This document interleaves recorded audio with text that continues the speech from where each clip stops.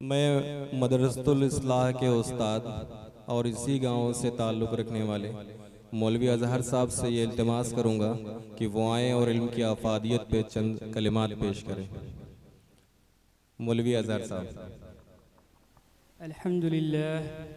अल्हम्दुलिल्लाह रब्बिल आलमीन वस्सलातु वस्सलामु अला रसूलिहिल अमीन व अला आलिहि व अस्हाबिहि अजमाईन व मन तबिअहुम बिइहसान इला यौमिद्दीन अम्मा बाद फ़अऊज़ु बिल्लाहि मिनश शैतानिर रजीम बिस्मिल्लाहिर रहमानिर रहीम इक़रा बिस्मि रब्बिकल्लज़ी ख़लक़ ख़लक़ल इंसान मिन अलक़ सदक़ल्लाहुल अलियुल अज़ीम। मुअज़्ज़ज़ हाज़रीन, आप जिस उन्वान के तहत यहाँ इकट्ठा हुए हैं वो है इल्म और हमारी जिम्मेदारियाँ। इस पर हमारे मुअक्कर मेहमान जनाब सैयद सईद अहमद साहब गुफ्तगू फरमाएंगे। इल्म लफ्ज़ जो है ये बड़ा वसी लफ्ज़ है। इल्म का अगर अंग्रेज़ी में ट्रांसलेशन किया जाए तो उसे साइंस कहते हैं, जबकि यही लफ्ज़ जब साइंस बोला जाता है तो जहन में कुछ और तस्वुर होता है, और जब हम इल्म लफ्ज़ बोलते हैं तो जहन में कुछ और तस्वुर आ जाता है। इल्म के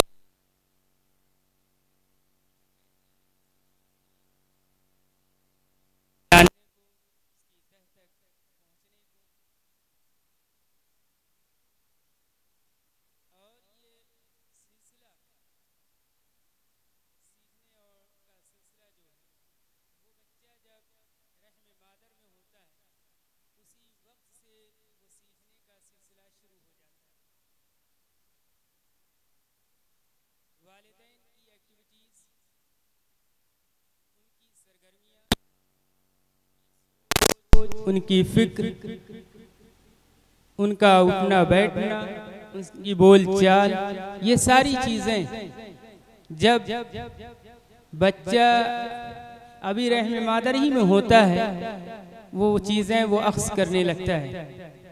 जब वो दुनिया में आता है तो फिर अपने गिरदोपेश की चीज़ों को वो देखकर सीखने की, जानने की कोशिश करता है। इसीलिए हमारी ये जिम्मेदारी बनती है कि हम जिस तरह से आने वाले मेहमान के इस्तकबाल के लिए तैयारियां करते हैं, उसकी फिक्र करते हैं, उसकी सेहत के तय और बहुत सारी चीज़ें, वहीं पर हमें अपने बच्चे के लिए प्लानिंग उसी वक्त से करनी चाहिए कि हमें अपने बच्चे को कैसा बनाना है। और जैसा आप अपने बच्चे को बनाना चाहते हैं, पहले अपनी सोच, अपनी फिक्र, अपना अमल आप उस तरह का कीजिए। आप रविश कुछ और इख्तियार करें और आने वाले बच्चे से तवक्को कुछ और रखें तो ये बहुत मुश्किल बल्कि नामुमकिन होगा। तो इब्तिदा जो होती है सीखने की, इल्म की जो इब्तिदा होती है वो बिल्कुल रहमे मादर ही से शुरुआत हो जाती है। मैं इस पे गुफ्तगू नहीं करूँगा कि इल्म की अहमियत क्या है और इल्म क्यों हासिल करना चाहिए, क्योंकि आपकी मौजूदगी खुद इस बात की गम्माज़ है कि आपके अंदर बेदारी है, आप इल्म के तय फ़िक्रमंद हैं, आप अपने बच्चों के मुस्तक़बिल के ताल्लुक़ से उनके फ्यूचर के लिए आप कोशा हैं, इसीलिए आप यहाँ हाजिर हैं।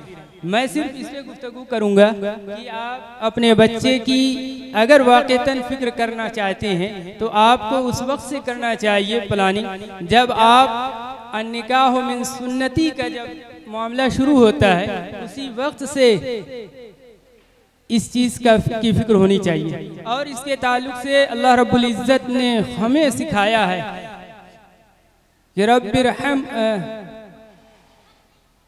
वो दुआ हमको सिखलाई है कि ऐ अल्लाह, ऐ हमारे रब, तू हमें भी ऐसी औलाद अता फरमा जो हमारे लिए आँखों की ठंडक साबित हो।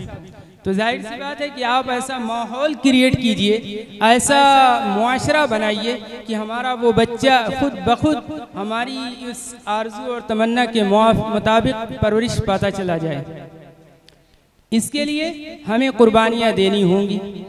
अगर हम ये चाहते हैं कि हमारा बच्चा मोबाइल न देखे तो पहले हमें कुर्बानी देनी होगी कि हम अपने हाथ से कैसे मोबाइल से अपने आप को बचाते हैं। हम तो हर वक्त मोबाइल में मुलविस रहे और बच्चे से ये तवक्को रखें कि वो मोबाइल नहीं देखेगा, तो ये तो नामुमकिन है। क्योंकि आपको जैसा करता हुआ वो देखेगा वैसे ही वो बनने की कोशिश करेगा। आप उसको लाख नसीहत करते रहें, वो अल्फाज ज़्यादा कारगर नहीं होते, आपका अमल ज़्यादा कारगर होता है। आपकी एक्टिविटीज़ वो देखता है, उसी से वो सीखता है। कुछ चीज़ें तो वो ऐसे सीख लेता है, कुछ चीज़ों का वो तजर्बा करता है, खुद सीखता है। कोई चीज़ जलती हुई है वो उसको पकड़ने की, छूने की कोशिश करता है। तो आप उसको, अभी वो ऐसी उम्र में होता है कि वो उसकी इफादियत या नुकसान से वाकिफ़ नहीं होता है, लेकिन वो उसको तजर्बा करके सीखने की कोशिश करता है। इसीलिए आप देखेंगे बाद बच्चे घरों में पड़े हुए छोटे इलेक्ट्रॉनिक सामान को बैठकर, कुछ बच्चों की एक्टिविटीज़ होती है, उनके अंदर तख्लीक का मादा होता है या इजादात करने का, तो वो क्या है, कुछ किसी मोटर, कोई मोटर है तो उसका पूरा पुर्जा खोल देते हैं, उसकी मोटर निकाल के कुछ और बनाने की कोशिश करते हैं। हमें बज़ाहिर ये लगता है कि एक लग़्व और बेकार काम कर रहा है, लेकिन उसके अंदर एक जहन होता है जो उसकी इस एक्टिविटीज़ के लिए उसे महमेज करता है। मेहमान गिरामी तशरीफ ला चुके हैं। मैं अब आपके और मेहमान के बीच में ज़्यादा देर हायल नहीं रहना चाहता, इसलिए मैं अपनी गुफ्तगू को यहीं समेटता हूँ और अल्लाह ताला से दुआ करता हूँ कि जिस मकसद के तहत आप यहाँ आए हैं अल्लाह ताला उसमें हम सब को कामयाब करे। आमीन।